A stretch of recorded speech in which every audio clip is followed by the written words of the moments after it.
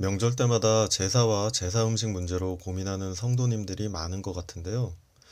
다음은 박효진 장로님의 저서 하나님이 고치지 못할 사람은 없다에 나오는 제사에 대한 간증입니다. 그날 나는 평소에 가까이 지내던 믿음의 동역자 한 사람과 밤늦도록 기도하다가 집으로 돌아오고 있었다. 새벽 1시를 넘긴 무렵이었다. 텅 빈 도로 중앙을 같이 걸어오던 우리는 하나님의 역사에 대한 간증으로 시간 가는 줄 모를 정도로 은혜에 푹 빠져 있었다. 그런데 옹기도마 앞을 지나쳐오는 순간에 썩는다는 말로는 도저히 표현할 수 없을 정도로 독한 냄새가 코를 찔렀다. 지금까지 맡아보지 못했던 엄청난 악취였다. 마치 세상의 모든 더러운 것들을 한 장소에 모아놓고 태우는 듯했다. 동역자와 내 눈이 마주쳤다. 순간적인 무언의 교감. 옹기도마 안에서 틀림없이 무슨 일이 벌어지고 있다. 가봅시다. 옹기도마 안으로 들어갈수록 독한 냄새는 한층 더 코를 찔렀다. 사냥개처럼 냄새를 따라 걸어 들어가는 우리 눈앞에 이윽고 환하게 불이 켜진 집이 나타났다. 활짝 열린 대문, 환한 전등불 아래 대청에서 분주히 움직이는 사람들을 보니 제사 지내는 집이 분명했다. 더 가까이 가볼까요? 예, 그랍시다.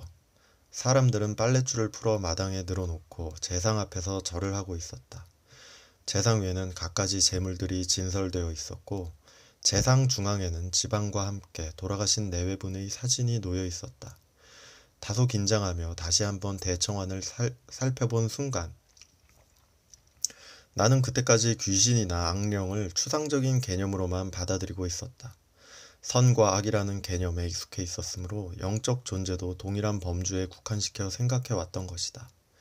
그런데 우리 눈앞에서는 기상천외한 광경이 벌어지고 있었다.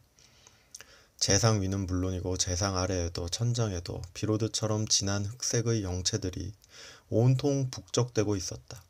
혹시 잘못 보았나 싶어 아무리 눈을 비비고 다시 보아도 마찬가지였다. 수백을 헤아리는 엄청난 귀신떼들이 온 집을 누비고 있었다.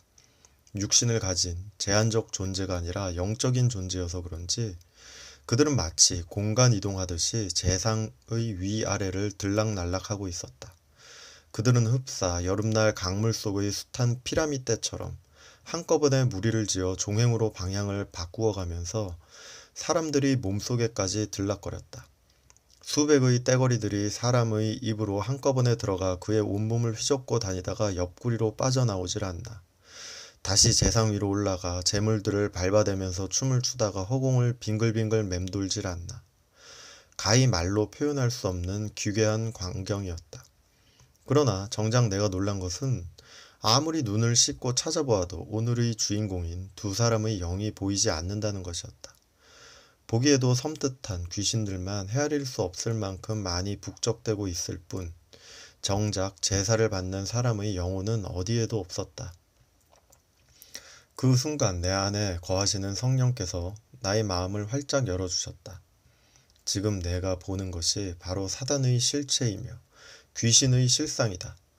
인간의 영은 육신을 떠나면 하나님의 나라가 임하시는 그날까지는 임의로 이 세상을 들락거릴 수 없다.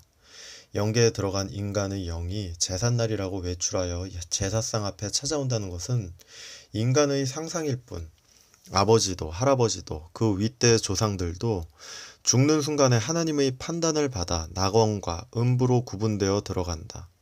제삿날에 후손들이 버려놓은 이 제사상에는 조상의 영이 찾아오는 것이 아니라 지금 내 눈에 보이는 저 더러운 귀신들이 대신 몰려들어 무지한 인간의 영혼과 육신을 더럽히는 것이다. 그러므로 하나님께 드리는 제사 외에는 그 어느 제사라도 귀신들의 놀이터여 인간을 더럽히는 사탄의 유희임을 알라. 박효진 장로님의 간증은 제사를 지낼 때 영적인 세계에서 어떤 일들이 일어나는지를 보여준 것인데요. 지금은 돌아가신 고바울 목사님의 저서 축복과 형통의 길로를 보면 이런 귀신들의 역사로 인해 생기는 결과에 대해 이야기하고 있습니다. 다음은 고바울 목사님의 간증입니다. 시편 16편 4절과 고린도전서 10장 20절에 보면 제사하는 것은 귀신에게 하는 것이라고 기록되어 있습니다. 그런 귀신들에게 제사나 예물을 드리지 말아야 합니다. 무당이나 절간에 또는 우상 앞에 또 점쟁이에게 돈을 갖다 바치는 것 모두 금합니다. 또 사주나 관상을 보는 것들도 모두 물질을 잘못 쓴 죄에 해당이 됩니다. 이런 범죄를 한 분들은 거의 물질적으로 고난을 면치 못합니다. 월급을 타도 사업을 해도 늘 적자의 괴로움을 당합니다. 또 몸으로 우상 섬기고 그 재물 먹은 죄로 인해서는 몸에 병이 옵니다. 각색병, 암병, 치질, 이비인후과적인 귀, 눈, 코, 입과 관련된 질병들, 손, 발, 디스크 이런 데까지 고통을 당합니다. 우상에게 절한 죄로 인해서 목 디스크가 오고 떡시로 이고 다니면서 우상 섬긴 죄로 허리 디스크도 생깁니다. 또 우상에게 바치려고 재물을 들고 다닌 죄로 다리에 병이 오기도 합니다.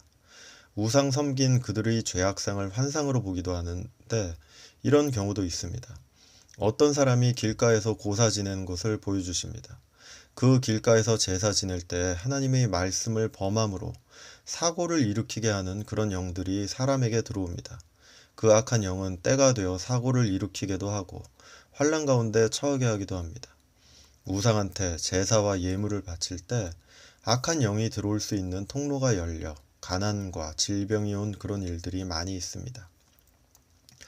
충남 옥천군 안내면에 사시는 어떤 권사님이 많은 질병이 있었습니다. 식도암, 관절염, 디스크, 당뇨병 등등 이렇게 합병증을 가지고 있었습니다. 병원을 찾아다니며 치료를 하다가 차도가 없던 즈음에 저를 만나게 되었습니다. 그런 병들은 점 보러 가고 제사를 지내고 우상에게 제물을 바치고 11조 안 내고 주의를 안 지키고 각종 앙심을 품어서 죄악을 범했을 때 사람에게 들어옵니다. 악한 영들이 그에게 들어와서 각색 병으로도 역사하고 가난으로도 역사하고 심지어는 체질까지 변화시키는 것을 볼 수 있습니다. 체질적인 변화가 악한 영에 의해서 일어나는데도 불구하고 사람은 그것이 자기의 체질이고 자신의 성격인 것으로 압니다. 예를 들어 보겠습니다. 20대 젊은 사람인데도 70, 80 노인같이 힘을 못 쓰게 하고 경쟁력도 없고 무능한 사람이 있습니다. 그런 사람은 무엇을 하든 나쁜 쪽으로 일이 일어납니다. 왜 청년이 노인의 기력을 가집니까? 그들을 만나 우상 숭배한 죄악을 깨달아 알게 하고 그 죄악을 회개하며 성령 충만을 받게 하여 영적으로 새 사람으로 변화되면 청년의 힘을 회복하게 됩니다. 우상을 섬기고 제사를 지내고 하나님을 거역할 때 술 먹게 하고 알코올 중독자가 되게 하는 영이 들어오는 경우도 있습니다. 그 악한 영들이 들어온 원인을 방언 기도를 통해서 알아보면 제사 지내고 우상 섬길 때 들어왔다는 것입니다. 술을 먹게 하고 고주망태가 되어 망나니 짓을 하게 하는 것이 마치 내 인격이고 체질인 것처럼 교묘하게 역사합니다. 이것을 영적으로 분별하여 그때 이렇게 한 죄를 회개시키면 회복됩니다. 그러나 쉽지 않을 때가 많이 있습니다. 악한 영이 쉽게 떠나지 않으면 금식시키면서 회개시킵니다. 진정한 회개가 일어나고 성령의 기름 부으심을 구하면서 안수하면 술 마귀가 떠나갑니다. 성령께서 임하시고 그 결과 아주 온유, 겸손하게 변하는 그런 역사가 일어납니다. 하나님의 역사는 참 놀랍고 기묘하십니다. 안내면 권사님의 경우도 그렇게 회개하였습니다. 그때 마침 그 권사님의 딸이 병 간호차 함께 있었습니다. 그 딸은 할머니 할아버지가 어머니한테 제사 지내게 제사 음식하라고 명령하는데 어떻게 그걸 거역하느냐고 항변하였습니다. 한국 문화권에서 어떻게 거역할 수 없어서 할 수 없이 했는데 왜 그게 죄냐는 것입니다. 그것 때문에 어떻게 그런 병이 올 수 있느냐고 따졌던 것입니다. 그 원인과 문화적 전통이 어떻든 하나님의 말씀을 어기면 그런 병이 옵니다. 우리는 어떠한 형편과 처지에 있든지 말씀에 순종해야 합니다. 그 권사님 딸은 자기 아버지에게 전화를 해서 사건의 경위를 말하고 이제는 제사를 지낼 수 없다고 선언하였습니다. 또 제사를 지내게 되면 어머니가 죽을 수밖에 없다고 말했습니다. 결국은 제사를 지내지 않도록 합의가 되었습니다. 그리고 나서 다시 그 권사님을 위하여 기도드렸습니다. 그 많던 병이 싹 낫는 기적이 일어났습니다. 그 권사님의 경우는 그분의 질병은 거의 즉각적으로 다 낫고 갔습니다. 그런데 그 죄악이 그 권사님의 병만을 일으킨 것은 아니었습니다. 그 자녀들이 농협에서 재산을 담보하고 또 대출을 해서 사업을 하고 있었는데 자식들의 사업도 어렵게 안 되도록 역사하고 있었습니다. 파산에 가까울 정도로 물질적인 어려움도 잇따르는 것을 보았습니다. 다른 신에게 예물을 드리는 것은 많은 어려움을 불러들입니다. 병으로도 그렇고 물질적으로도 그렇고 환경으로도 아주 최고의 괴로움들이 따라오게 됩니다. 이상은 박효진 장로님과 고바을 목사님의 간증이었습니다. 물론 이런 간증들은 성경의 진리가 아니기 때문에 그대로 다 믿을 수는 없습니다. 그러나 우리는 이런 간증들을 다 믿고 그것이 무서워서 제사를 지내지 않는 것이 아니라 하나님을 사랑하기 때문에 우상 숭배인 제사에 참여하지 말아야 하는 것이겠죠. 성경은 이렇게 말씀하십니다.